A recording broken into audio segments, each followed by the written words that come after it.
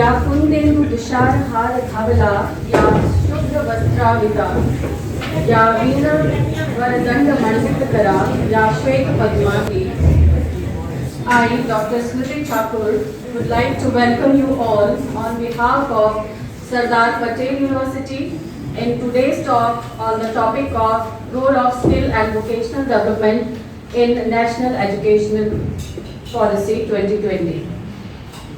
I would also like to welcome the dignitaries on the dais. Professor Anupama Singh, Pro VC, Sardar Patel University. Dr. Deepak Pathania, Dean Academic Affairs. Dr. Sanjay Narang, Dean Student Welfare.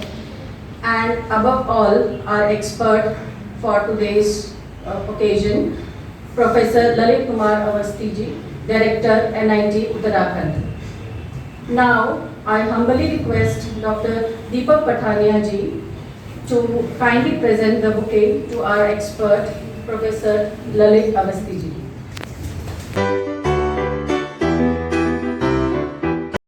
21st century students.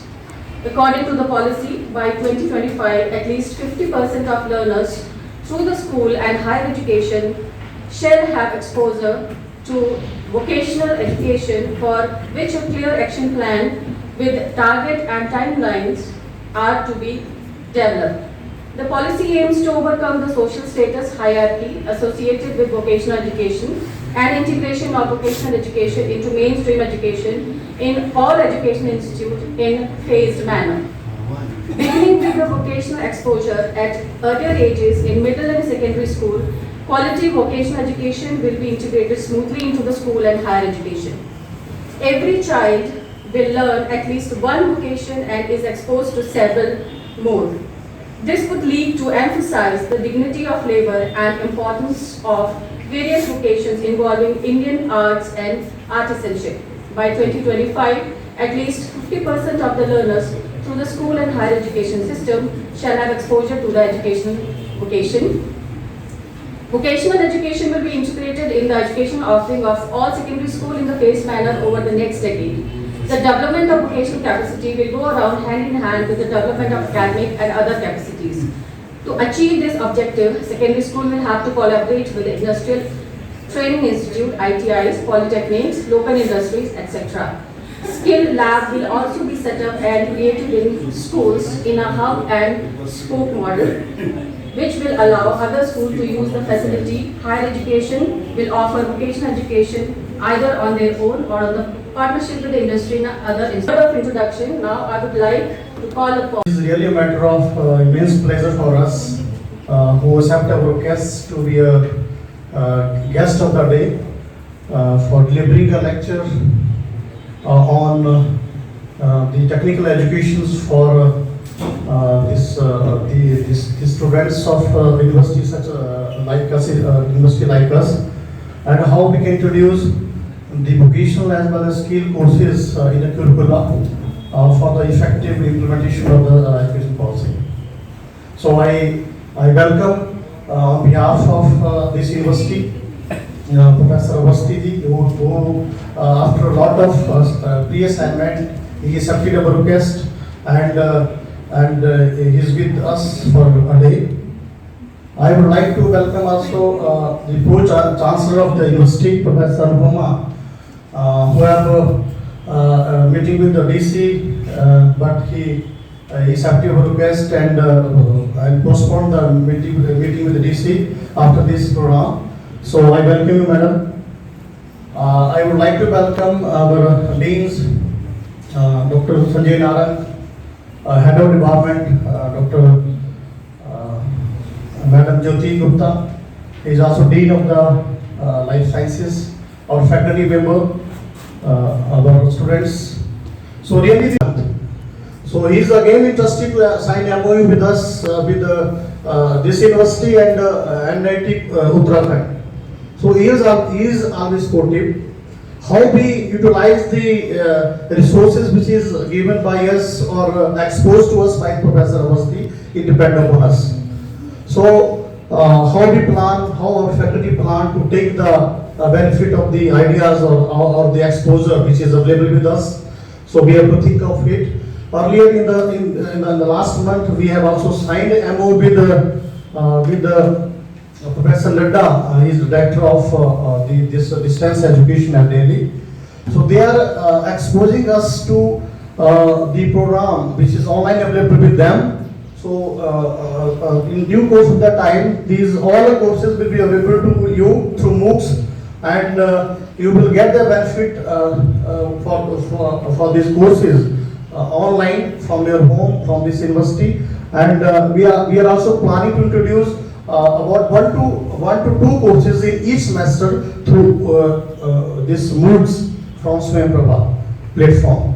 So this is great opportunity for we people that the lot of people they are there to give us their expertise and their other sportive benefits. So it is us how we utilize these resources.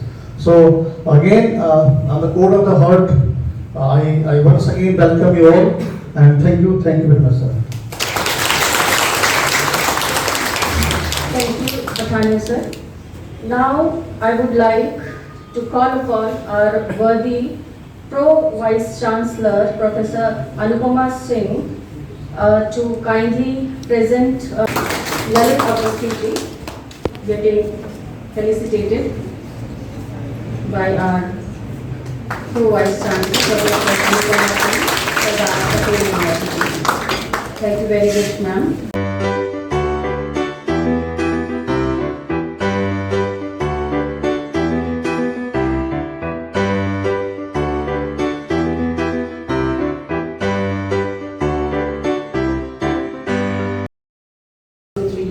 And MTech in Computer Science and Engineering from IIT Delhi in 1993, and started his academic career as a lecturer position in the Department of Computer Science and Engineering, NIT Hamirpur, in 1988, and rose as full professor in 2004. He grew professionally in a span of 33 years, which is evident from various designations administered by him. Due to his dedication and commitment, he got elevated as an administrator and earned the status of director cum principal of several institutes in Himachal Pradesh. All through his career, he has been distinguished by his unique working style and has been a key person who has contributed to the development of various new institutions. He has been creating platform for academicians and scientists to come together and share their ideas. Sir has an iconic track record of quality teaching, research and administration. Before joining NIT Uttarakhand as a director, Professor Awasthi served a full 5-year term as director, Dr. B.R. Ambedkar National Institute of Technology, Jalandhar, with additional charge of NIT Delhi and NIT Hamirpur.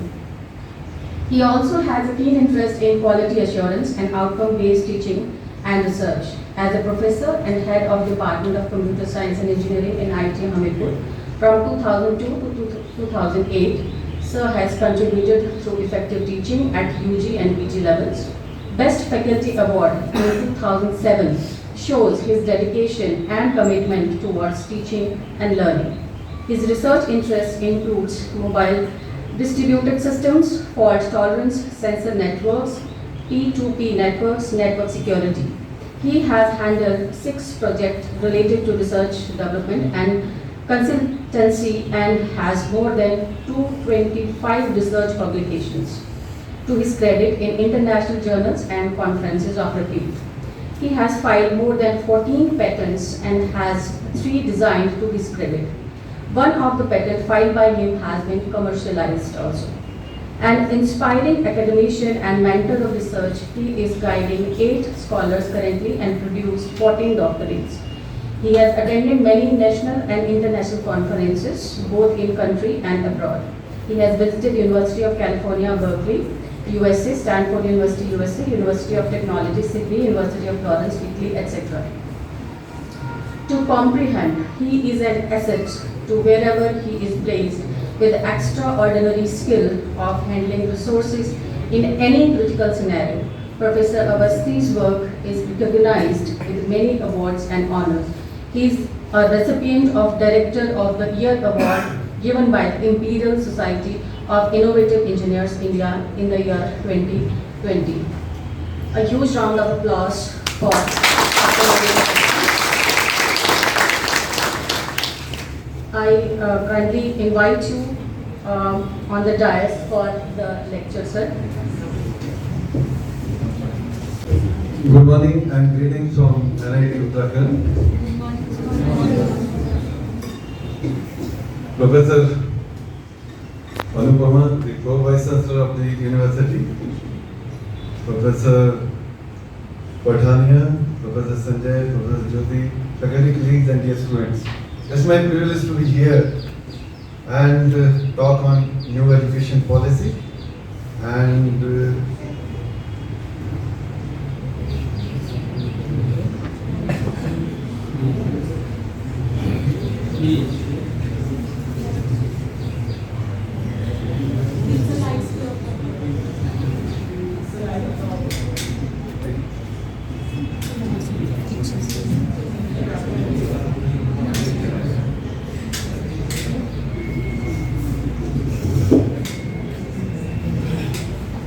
before we go through this,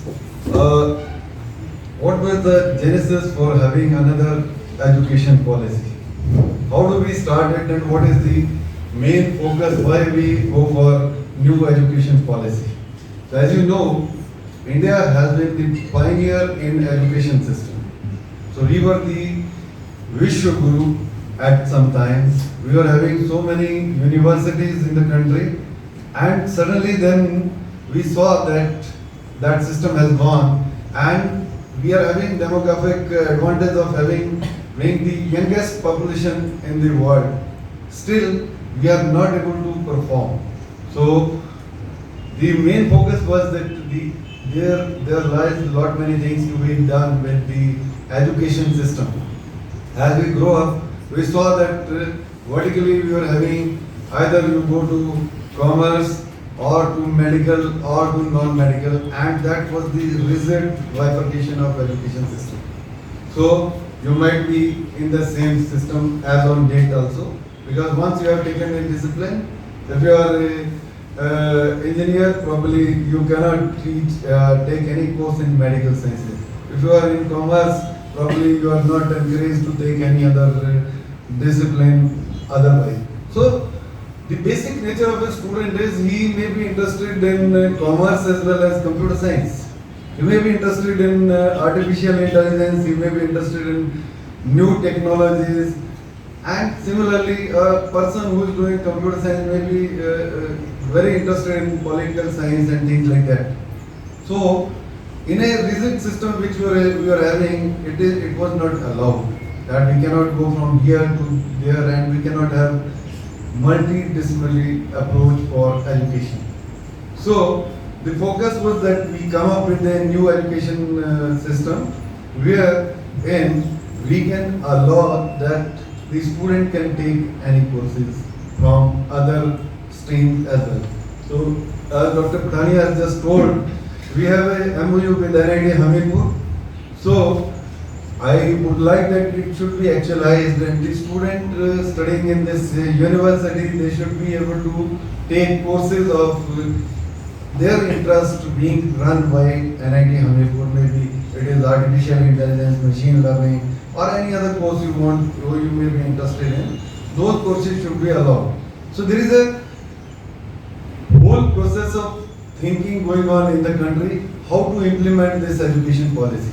How to get the best benefit out of this. This is after 34 years we have a new education policy and this has all the ingredients to re-establish our country as a Vishwa Guru, but we need to look into how the various universities and the constitute institutions they take it.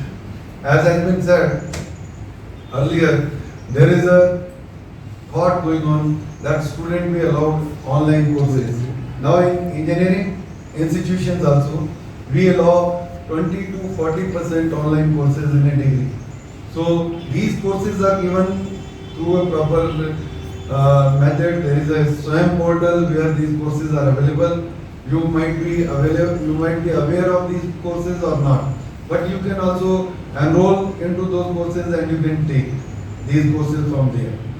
There is also another thought process which is going on. The Honorable Prime Minister had announced we are looking for a digital university. What is this digital university going to be?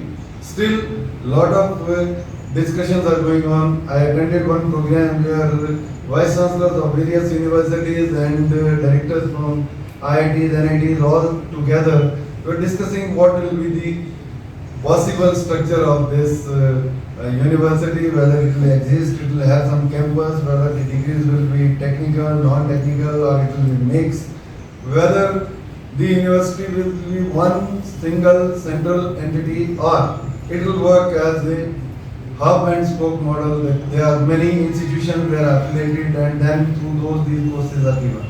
Similarly, this one I had talked of SWAYAM, which are the courses available to everyone, every Indian student or even faculty can enroll and get a certificate that you have passed or not. Similarly, there are many such efforts which have been done by various institutions. Even the laboratory work has been made online available through virtual labs.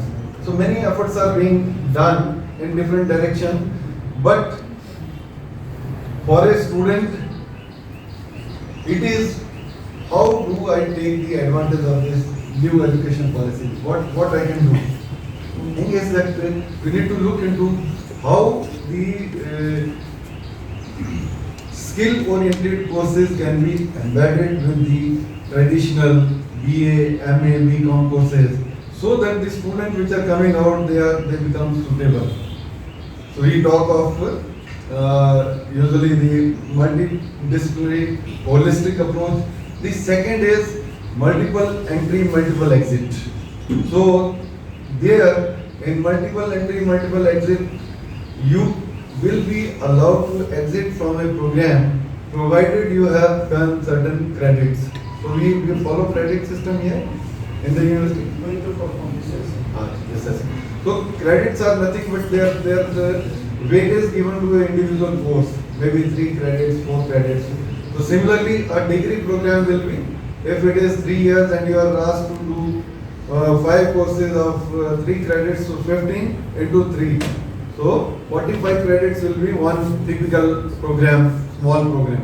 Similarly, you will be, so those credits you earn, and based on these credits which you have earned and based on what skills you have acquired, you can be allowed to exit after first year.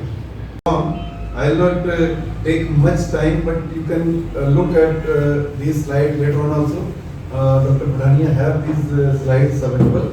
We can look into where we were and then how we lost our glory in education system and how now we aim that we should be the central hub of education, and even the students from foreign countries, they should visit our country.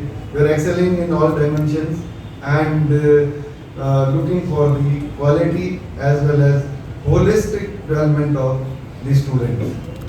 So we can say the ancient education in India, there is a lot of good track. There were so many universities, and you can look into that. We started somewhere in 3rd century BC with elements of religious training. Then was identified with Gurukul system. So the Indian Gurukul system, you might be knowing, it is very old system where the Shishya was also with Guru always. So you keep them. And then we have the Vedic period. The Veda were the initial what was taught, and they were you can see in the history that lot many people from foreign countries, they were visiting India, and we are having university. So there was a concept of Guru Dakshina. You might have heard a lot of good stories about Guru Dakshina. And we shifted to teaching Mahabharata and then Ramayana. These were also taught in our system. Then we shifted to few centuries preceding. Then the higher education in India, we are having universities at Nalanda, Takshila, Ujjain, Vikramshila universities, and art, architecture, painting, logic, grammar, philosophy, whatnot, astronomy, everything was being taught. This was cohesive, collective teaching. There was no rigidity in this system, and we were at the top at that time, because that time a lot of people from China, other countries, they were visiting, and they have mentioned it also. So the British then they introduced that teaching of English language. Now one more dimension I'll just cover here in the new education policy. This dimension is that teaching in your regional language. So this has taken a front seat. There are now in NITs, IITs also, there is a task force which is working on that. First year and to certain extent some of second year can be taught in the regional language to the student, and the student be trained on the language. So language doesn't become a barrier for the learner. So that is focused already. 11 languages have been there now, which are recognized, and where we have the entrance test also in 11 languages. The student can appear in those languages. So language barrier is also being removed. And early childhood teaching, that will be in regional language to the students as well. So under British school we had presidencies, Bombay, Calcutta and Madras. These were the presidencies, and then started teaching. And you can see in the modern education policy we have University Education Commission, then we have Secondary Education Commission, then Education Commission under Professor D.S. Kothari. These are all available online also. You can look into these. National Education Policy 1968, Policy of Education. Then 42nd Constitution Amendment 1976, National Policy of Education 1986. And after 86, this is the 2020 when we have the new education policy. So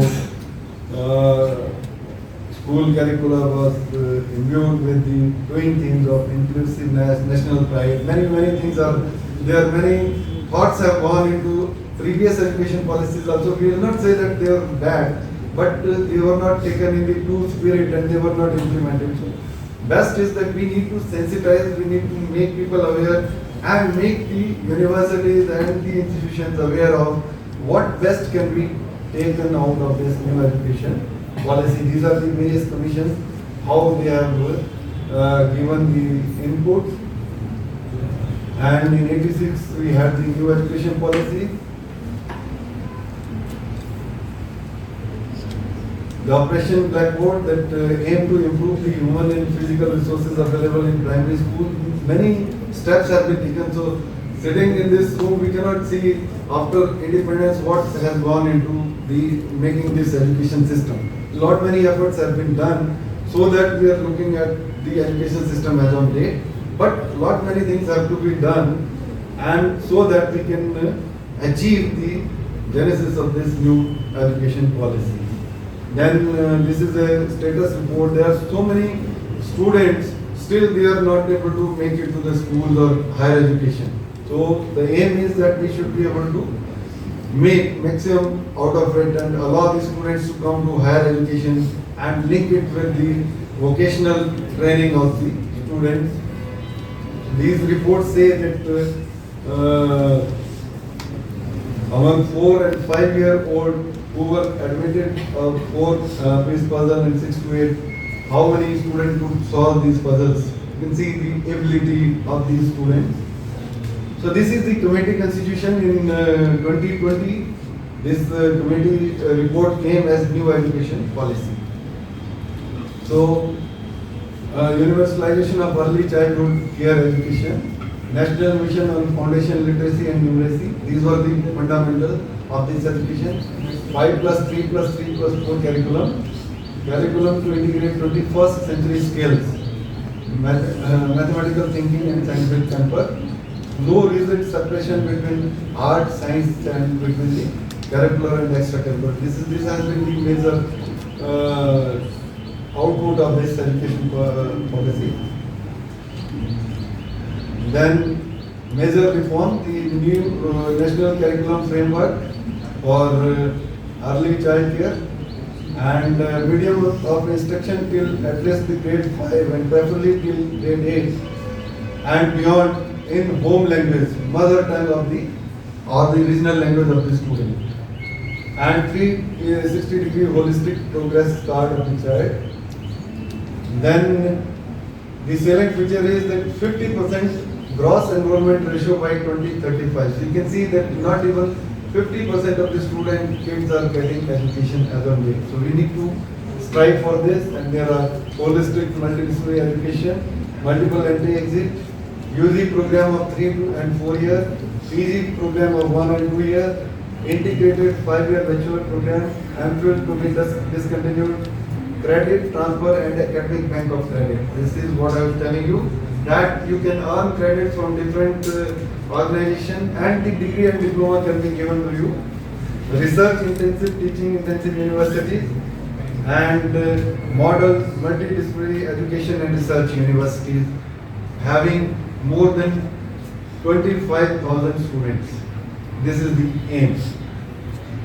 Graded autonomy, academic, administrative and financial, phasing out the affiliation system in 15 years, national mission on mentoring, independent board of governors, single regulator for higher education. Nowadays we have All India Council for Technical Education and UGC, they all will be merged together.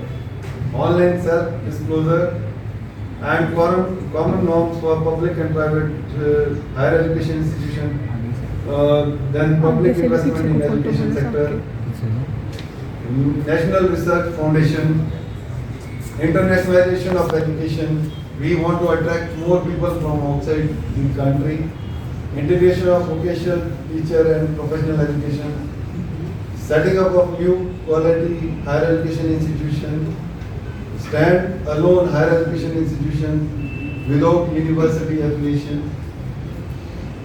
So these are some of the other features. Focus on literacy and scientific vocabulary of Indian languages, language faculty, research on languages, Indian Institute of Translation and Interpretation. These are the new institutions which will be established in new education policy.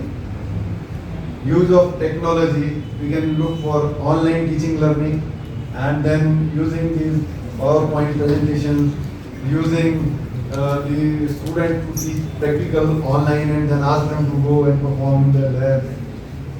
These are some of the Indian knowledge system, languages, culture and values, focus on literature and scientific vocabulary, language facility, research on languages, looking for what is our traditional ethics system of Indian education system. Just put that along with the teaching learning. Then we are having autonomy, academic autonomy, administrative autonomy and financial autonomy. So the universities usually they have the academic autonomy. That means they can decide what to teach and what not to teach to their students.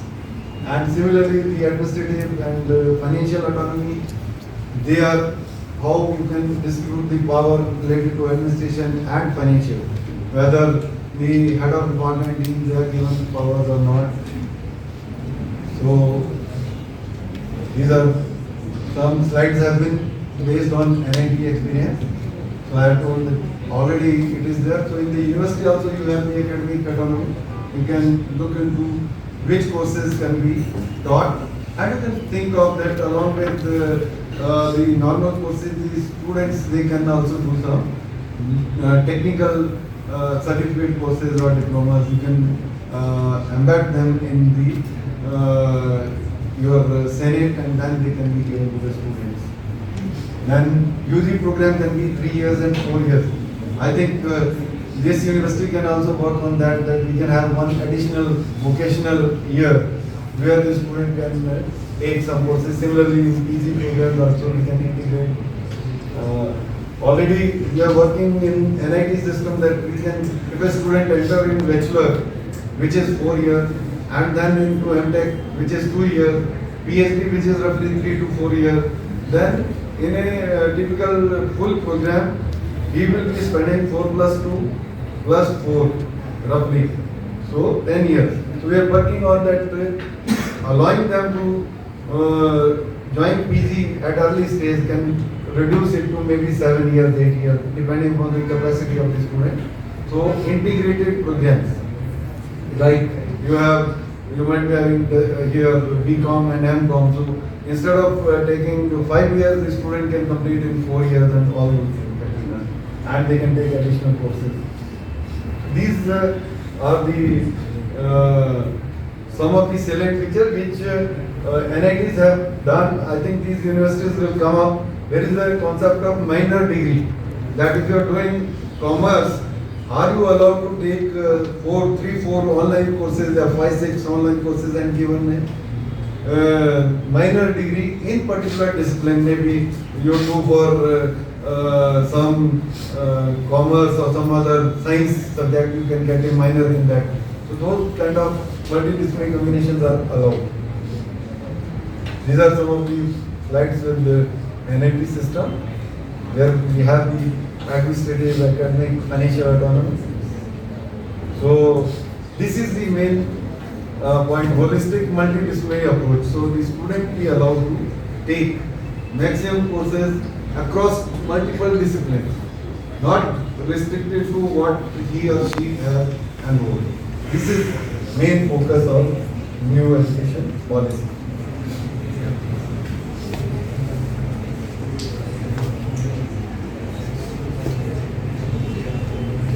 So the main function of the students will be their own degree maker. As NEP offer certificate after completing 1 year professional discipline, then taking this certificate you can take admission into another course also in 2nd year maybe, and then you can draft your own degree. There will be emphasis that new startup or incubation centers, they are established in the universities and institutions. Students are allowed to not only to become job seekers, but they should become job providers. This is the old traditional 64 colors of Indian system. These are the performing arts. So Lord Krishna was supposed to possess all these 64 colors. There are a lot of challenges, and these challenges I will not discuss much because these are for the implementer. Right now, all the students across India, they are taking courses at their will and wish. Where the repository will be, how to certify that which courses have been taken by which students. So this becomes a big challenge, and we will have a academic online project evaluation, online assignment, how you will do that. Those are the multiple entry, multiple exit. This is another challenge. So at the end we will say that NEP has a lot of promises. Holistic and multidisciplinary approach is the strongest pillar of this NEP 2020. In India, we have a record of holistic and multidisciplinary education. This dimension of NEP will make a lot of change, which will be visible and will make a lot of difference in education system, especially higher education system. It will eliminate the rigidity of old system and bring in flexibility for a robust education system, and hopefully this will be a step towards re-establishing India as a Vishwa Guru. Thank you. Jai Hind, Jai Bharat.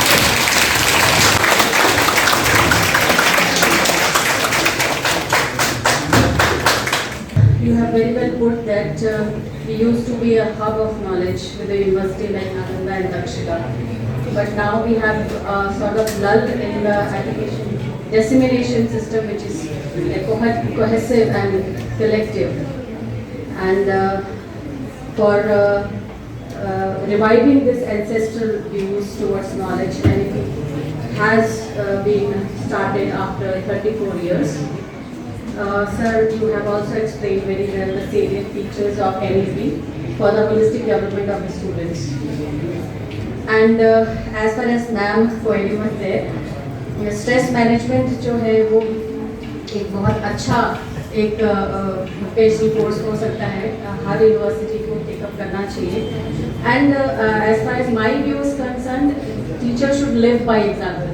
Sir ने बहुत अच्छा बोला कि like in the when the child is growing up, जो संस्कार होते हैं that adds up from the start only, from the house only. So the stress build-up is there from the basic level. From if you see a small child also, he is also stressed. So from where the stress is coming, it is from the expectations of the parents and the society. So we have to start from there, so that यहाँ पे आकर के like people have already have the idea of how to manage the stress and how to go about the things. And teachers should live by examples. As far as I am concerned, there are several things which I discuss with my students of my own experiences. तो students वहाँ पे ज़्यादा interested होकर सुनते हैं, lectures even इतना ज़्यादा नहीं सुनते.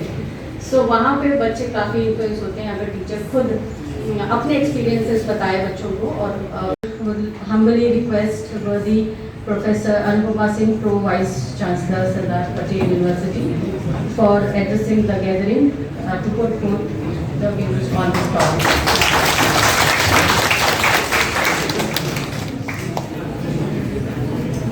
Very good morning to you all. Good afternoon already. So, first of all, I would like to congratulate Dr. Pathania for organizing this lecture, and probably the first one after the inception of Sardar Patel State University from 1st April 2022. So, I heartily congratulate you. But most of all, I welcome Professor Lalit Kumar Awasthi ji to our worthy university as a first lecture on this topic. And also this kind of interactions are so much required, and I am really glad that Dr. Pathania has taken a lead on this. New education policy is a very well debated topic. The Britishers, after the 1947, they left. They left, but they left their British administrative system. So we worked on that, and even the education system was adopted as it is, because that was made to produce a class of clerks for us. That wasn't made to, search for the talent within us. So, and also, that system also, जब हम stress की बात कर रहे हैं, तो it did not really search for the talent within us, but it put a stress on students to attach degrees with the jobs. However, the degrees should be, to search for the talent and a search for the knowledge, for a hunger for knowledge. When we attach, taking a degree with the jobs, or attach degrees with the jobs, probably when we have 40 students in a class, all 40 are not going to get government jobs. All 30 are not going to be, absorbed by the system that we have of the government. But until and unless we have a system that makes a person, that makes a citizen, a good citizen, and not only a nationalistic citizen, and he not only discovers, maybe you are doing a course in such nuggets of wisdom, and listen to all the queries. Maybe, as he said, there are many questions. Question that matters. आपका सवाल ज़्यादा important है. ये important नहीं है कि आप किस भाषा में पूछ रहे हैं.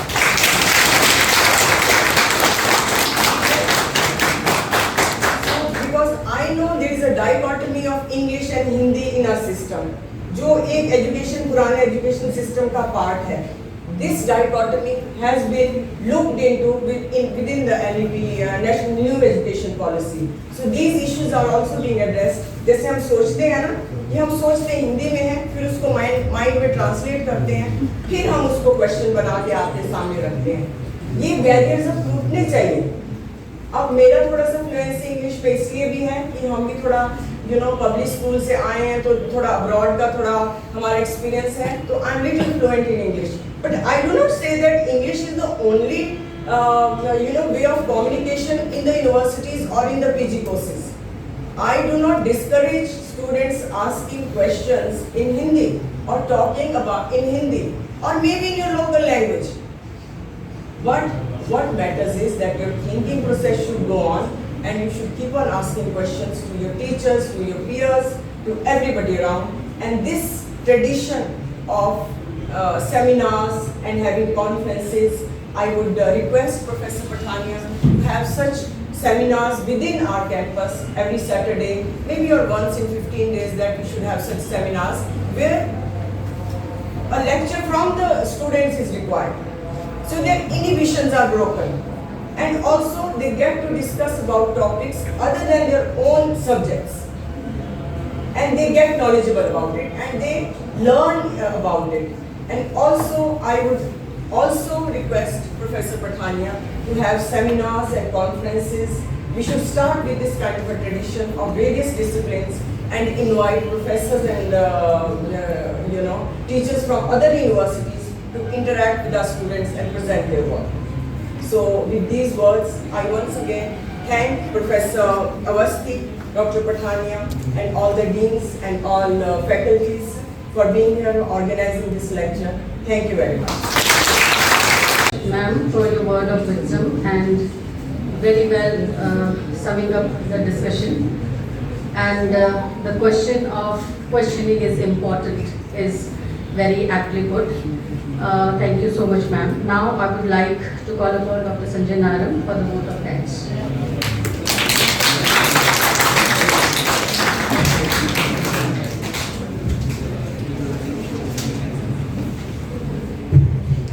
Thank you, Dr. Smith. Very warm good afternoon to all of you. On the behalf of faculty members and the students of Sardar Patel University, I extend my warm regards and thanks to Professor Lalit Awasthi, the Director NIT Uttarakhand, for sparing valuable times and giving a deep insight into the landscape of Indian education system through new education policy 2020, from ancient to medieval, then to moderns, and then to new education policy 2020. Thank you, sir. It was an interesting and interactive sessions. Sir, I also thank you as you are the signatory of the MOU with the University for Mutual Cooperations, student and faculty exchange. Thank you, sir. From core of my heart, I extend my warm regards and thanks to you, sir. I also thank Professor Anupama Singh, Pro Vice Chancellor, Sardar Patel University, for her gracious presence and beautiful address to the student. Thank you, ma'am. I also thank Professor Deepak Tania ji for arranging this guest lectures of Professor Lalit Awasthi for the sake of our students. Thank you, sir. I also thank Dr. Jyoti, Dean Faculty Life Sciences, for her presence. I also thank all the faculty members who are the main pillar of this university for their presence. I also thank Dr. Smriti for anchoring this whole events, and in the end, I thank all the students for participating in this events. So thank you. Thank you.